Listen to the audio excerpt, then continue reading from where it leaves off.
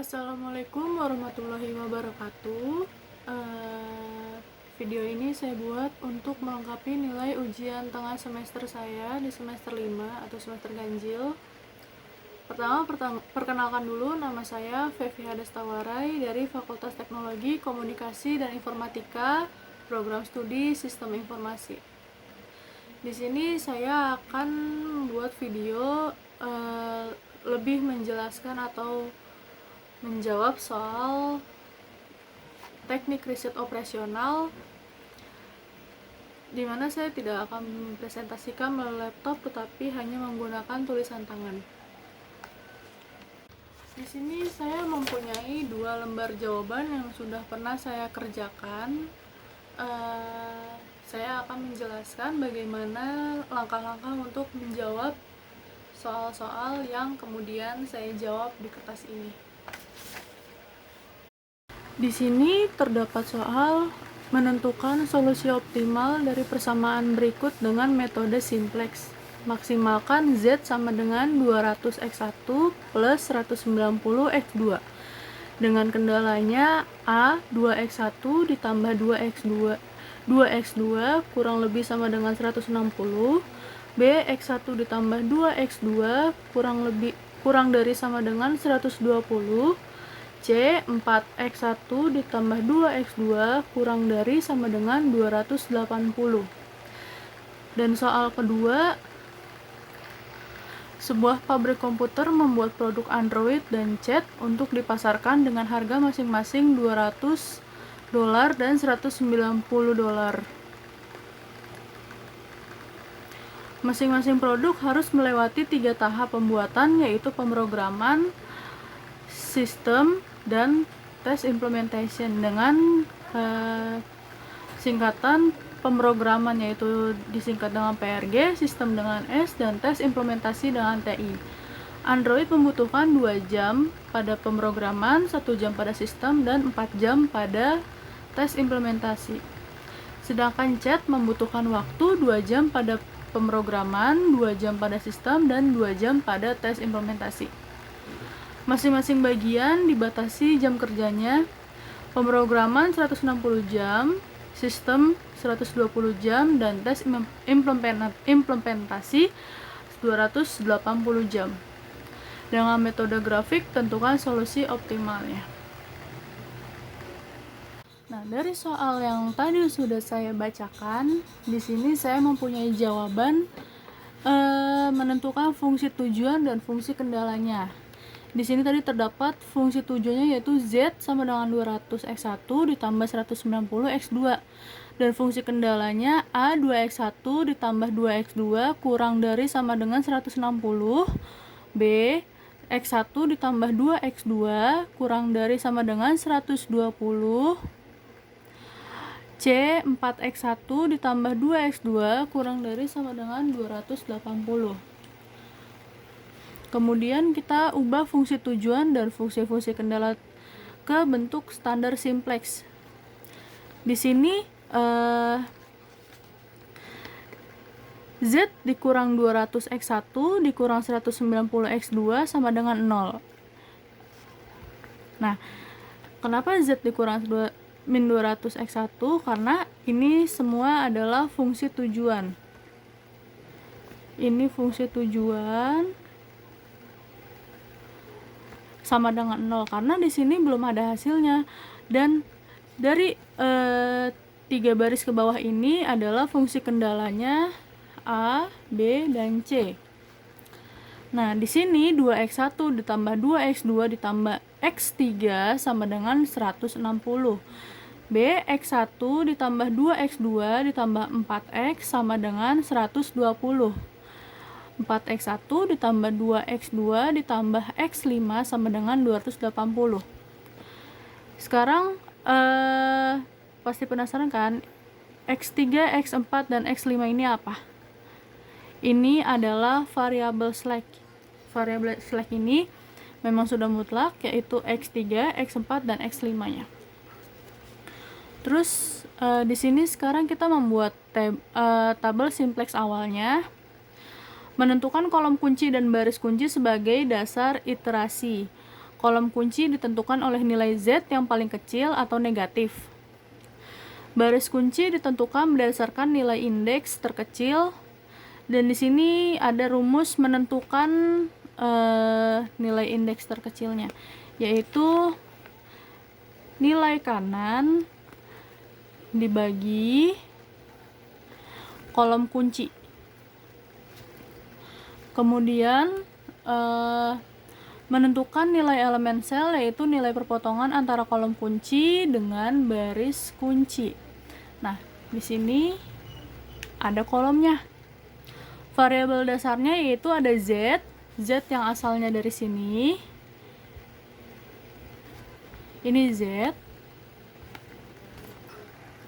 Kemudian X3, X4, S5 itu adalah variabel slack yang tadi sudah dijelaskan. Ini variabel slacknya. Ini ditandain ya.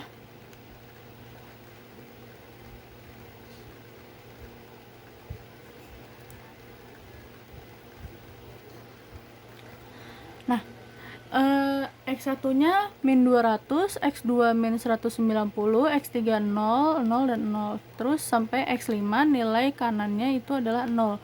Kenapa 200? Kenapa 190? Karena tadi di variabel Z terdapat fungsi tujuannya yaitu min 200 dan 190 terdapat di variabel Z yaitu min 190. Jadi Z min 200, X1 min 190, X2. Hasilnya pun ditaruh di tabel simplex awal. Di X2 ini terdapat 2, di X1-nya ada 2, X2-nya ada 2. 2 ini dapat dari mana? Tadi ada di fungsi kendalanya. Ini 2x2, terus 2x2 dari sini nih. Di bawahnya Z ada 2, ada 2. Dia tidak menggunakan minus karena memang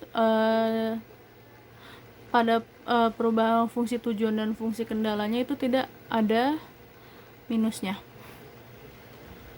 Terus X4 di kolom 0, di kolom X1 itu 0, X2-nya adalah 2. 0 dari mana? Karena ini hanya X1. Di fungsi kendala yang B ini hanya X1, jadi dihitung 0. Dan di fungsi kendala yang ada di kolom X2 itu adalah 2, sama seperti yang variabel dasarnya di X3 tadi. Kemudian X5 ini ada 4, ada 2, sama, masih sama dengan yang atas. X4 dari sini dan 2 dari sini. Nah, di sini nilai kanannya ada 0, 160, 120 dan 280. Ini dari mana? Ini adalah hasil dari sini. Yang tadi mengubah fungsi tujuan dan fungsi kendalanya. Nah, sekarang adalah memindahkan semua nilai koefisien dalam persamaan simplex ke dalam tabel simplex.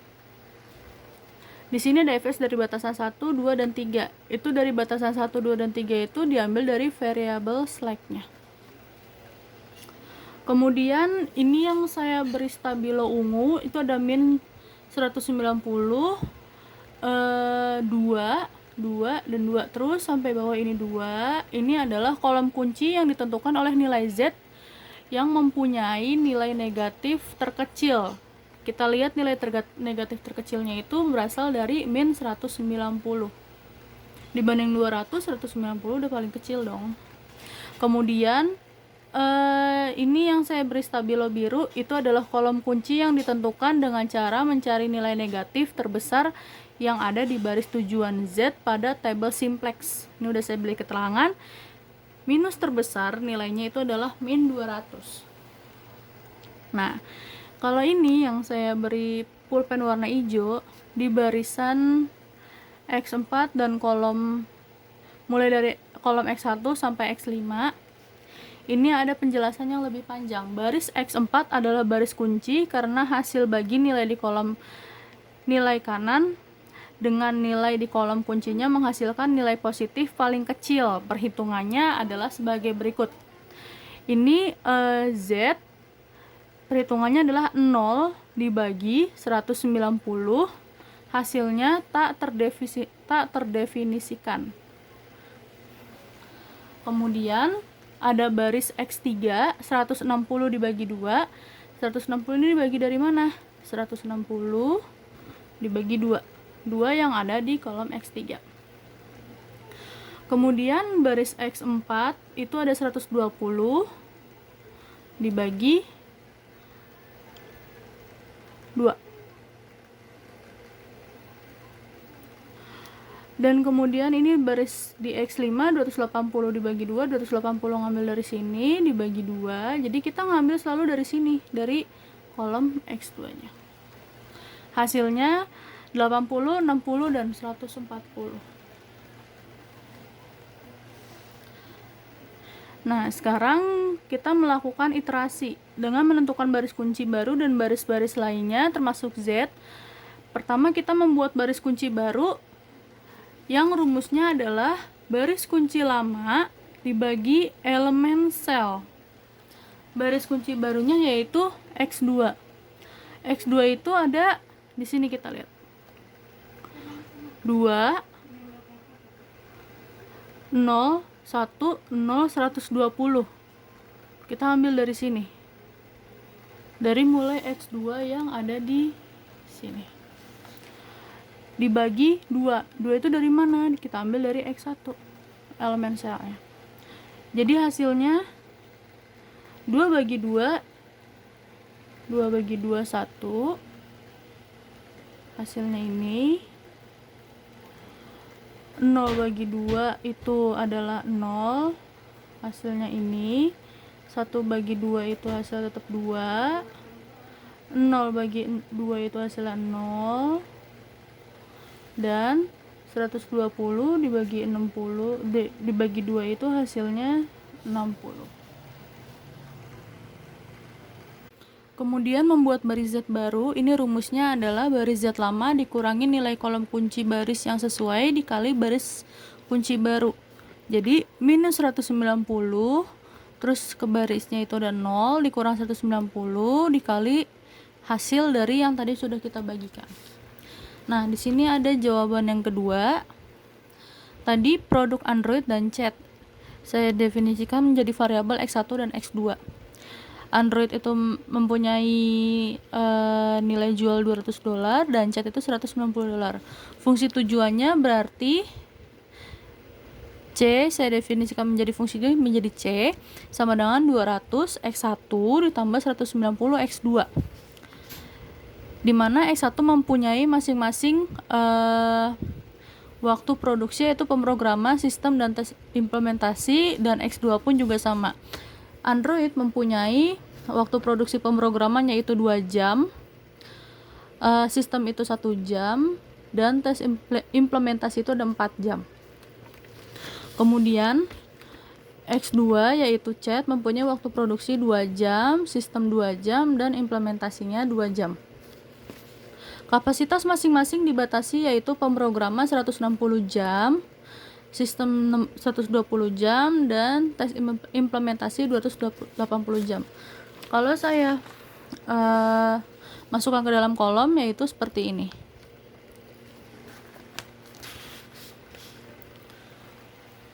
Kemudian kendala 1 di waktu pemrograman yaitu saya buat menjadi X1 ditambah 2X2 ini diambil dari 2X1 dari jam pada variabel 1 waktu pemrograman 2, dan 2X2 duanya ini diambil dari waktu pemrograman dari variabel X2 atau chat.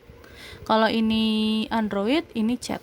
Hasilnya 160 dari kapasitas masing-masing yang dibatasi. Kemudian kendala 2 waktu sistem yaitu 1 jam ditambah 2X2 yaitu 2 jam. 1 jam dari variabel X1 atau Android dan 2 jam dari variabel X2 atau chat. Kemudian ada kendala 3 waktu implementasinya, yaitu di X1 atau Android itu 4 jam dan di X2-nya itu ada 2 jam. Dan masing-masing kendala 2 mempunyai hasil 100 masing-masing waktu yang dibatasi, yaitu kendala 2 120 dan kendala 3 280. Jadi sesuai dengan waktu yang ada di sini. Nah, kendala 4-nya itu ini diambil dari X1 dikali 0, X2 sama dengan 0, karena memang tidak ada lagi kendalanya. Kemudian di sini saya buat grafik kira-kira seperti ini. Ini ada titiknya di mana tadi diambil dari waktu produksinya. Di sini ada A 0,4, 2,2, C itu 1,5 dan D 2,4. Nah, nilai fungsi tujuan pada A 0,4 yaitu C diambil dari fungsi tujuannya sama dengan 200. 200 itu adalah variabel X1 dikali 0, 0 itu diambil dari sini, dan 190 dikali 4, 4 itu diambil dari titik koordinat yang A. Jadi 200 dikali 0 ditambah 190 dikali 4 sama dengan 760. Kemudian ada nilai fungsi B, yaitu titiknya 2 dan 2.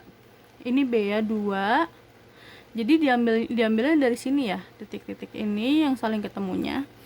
Itu ada fungsi tujuannya, yaitu 200 dari variabel X1 dikali 2, titik 2 di sini, ditambah 190 dikali 2. Hasilnya 780. Dan kemudian C itu ada 1,5, yaitu 200 dikali 1 ditambah 190 dikali 5 sama dengan 1150. Dan D juga sama, C sama dengan 200 dikali 2 ditambah 190 dikali 4 sama dengan 1160. Dan di sini yang diminta adalah nilai optimal dan minimum biayanya. Nilai optimalnya itu